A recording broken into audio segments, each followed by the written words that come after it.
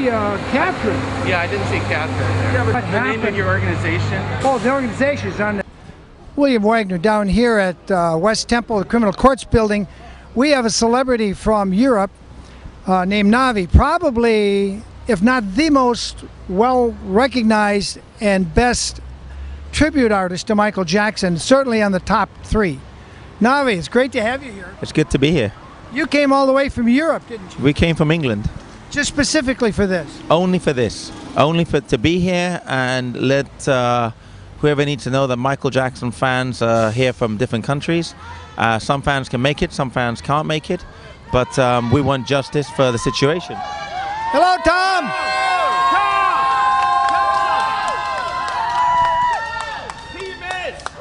Tom Mesereau, the defense attorney. That was Tom Mesereau, the defense attorney. Tom Mesereau is just in. NAVI, you came all this way. Were you watching the trial in Europe? Were you getting the full shots on the internet? You know what? It is on in Europe, but the thing is I haven't been watching it because at the end of the day, no matter what the details of the trial is, the bottom line is this man was paid to do a job professionally from day one. Forget the night that this happened on June 25th. From day one, this man was paid to do something professionally, and he did not fulfill that requirement of his title of a doctor. So the whole details of what went on that night, the night before, and that morning, I think is irrelevant to the fact that this man is a professional. He was paid to be a professional, and he was negligent right the way across. He provided propofol to Michael in a situation that was not monitored the way it should be, in a scenario, not in a hospital, in a home. And this man is not fit to be a doctor, and he should be accountable for the death of Michael. Would you compare this, the way he gave propofol and Lazatran and these other drugs without keeping a record, without monitoring, without a measuring pump measuring, would you call this equivalent to Russian roulette? Yeah. Is he playing Russian roulette with drugs?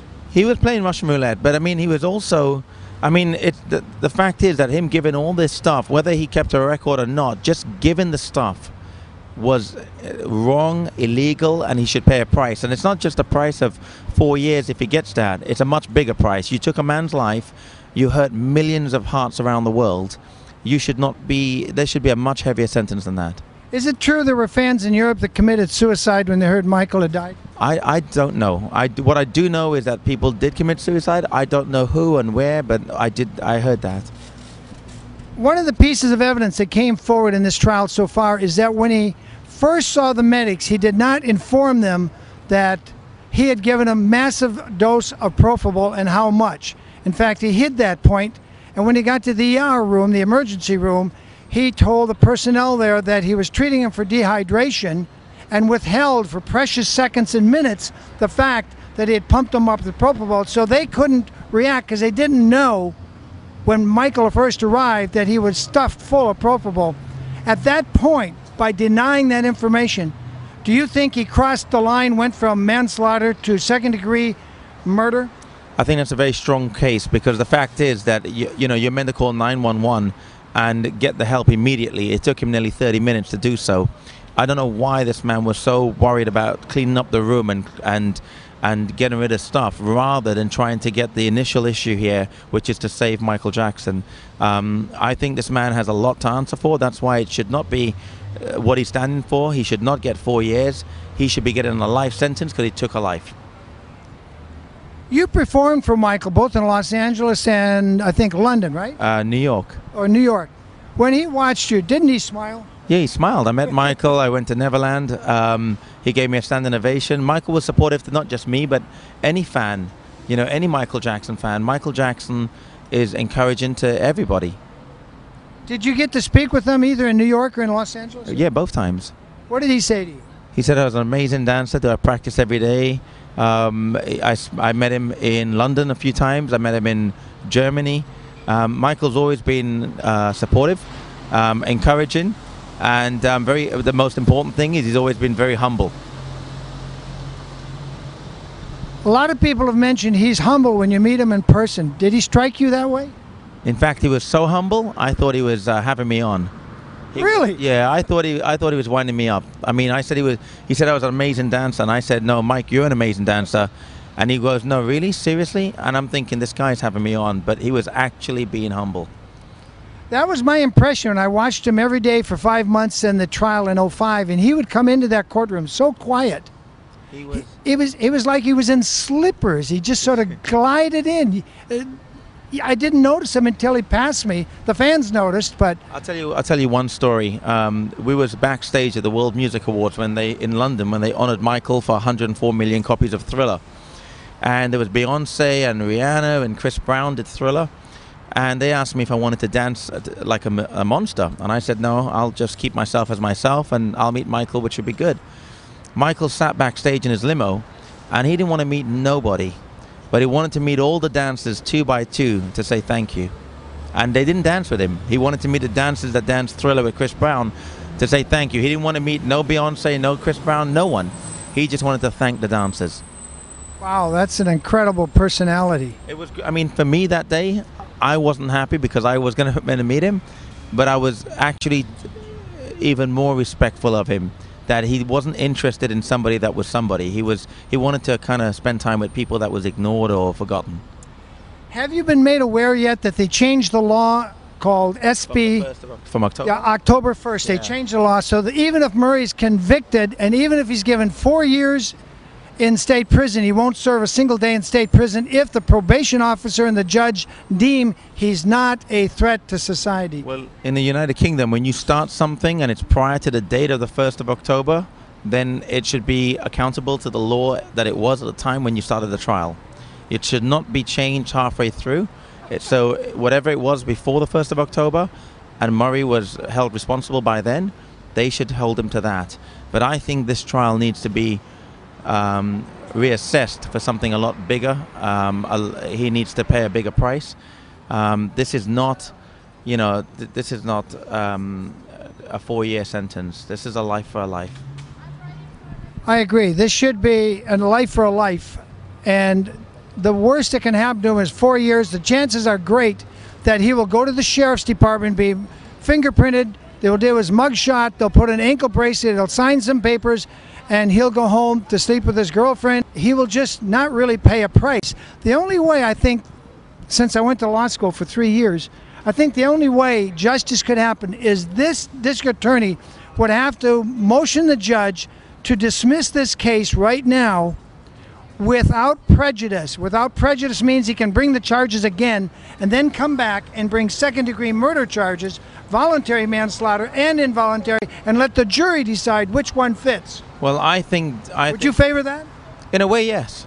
In a way, yes. I mean, because, what's the point getting him for something that really hasn't paid the price for it?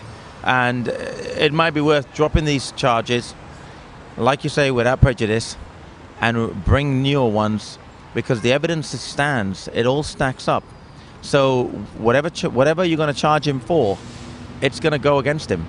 So I think it might be better, now that they've laid out the case, to let this one go and go for something bigger, because he deserves to pay a full price. I agree. Well, that's our interview here down at the Criminal Courts Building in downtown Los Angeles on Friday afternoon with NAVI, who came all the way, flew all the way, because I'm sure he didn't swim, flew all the way from Europe just to be here to support Michael, and he's been dead for 2 years. That's incredible dedication, and there's a lot of other fans here too. Can I just say that there's a lot of fans in Europe that we know that hasn't made it. We made it, 4 of us made it, but a lot of people that can't afford it. A lot of people that can't afford the time, or they got family, or they can't afford the finance, but they are 100% Michael Jackson fans. They're glued to their sets back in the UK and around the world, and they want to make sure that Michael isn't forgotten and it isn't ignored, the fact that Murray stole this, not from just Michael's family, but Michael's family is extended. We're all family. We grew up with him. We loved him for whatever he did. And, I think this man needs to pay a price properly. This is a farce. What's going on now? 4 years? That's ridiculous. I think that this needs to be reassessed, maybe brought back, dropped and readdressed, and in something a lot more fitting for the crime. Yeah, I can't help but notice that Janet Arvizu, who started that terrible thing in 04-05, was proven to be a welfare felon, and She served time afterwards. I don't think she served a day. I think she was convicted. But she's convicted. She was convicted, but but she was convicted before and after of something else before with J.C. Penney's. Well, J.C. Penney, she won a settlement from them. And then I thought they changed it when they found out that she was coaching. Well, what I saw in the courtroom in '05 is that Tom Mesereau, we just saw go in the courthouse here, Tom Mesereau proved on the court record that she was a welfare fraud, had lied saying she was penniless when in fact she had a check for over $50,000 in her purse while she's telling the welfare people here in Los Angeles. That is felony fraud. Felony fraud. She was not required to put up a single dollar in bail. They weren't even going to charge her, except me and about 100 fans kept calling the DA saying, why aren't you bringing the charges? Finally they did. She was allowed to go in and out of the courthouse in pajamas, in running fatigues. They snuck her out the back door. She was given golden gloves treatment, not like Michael, who had to walk through a gauntlet of media.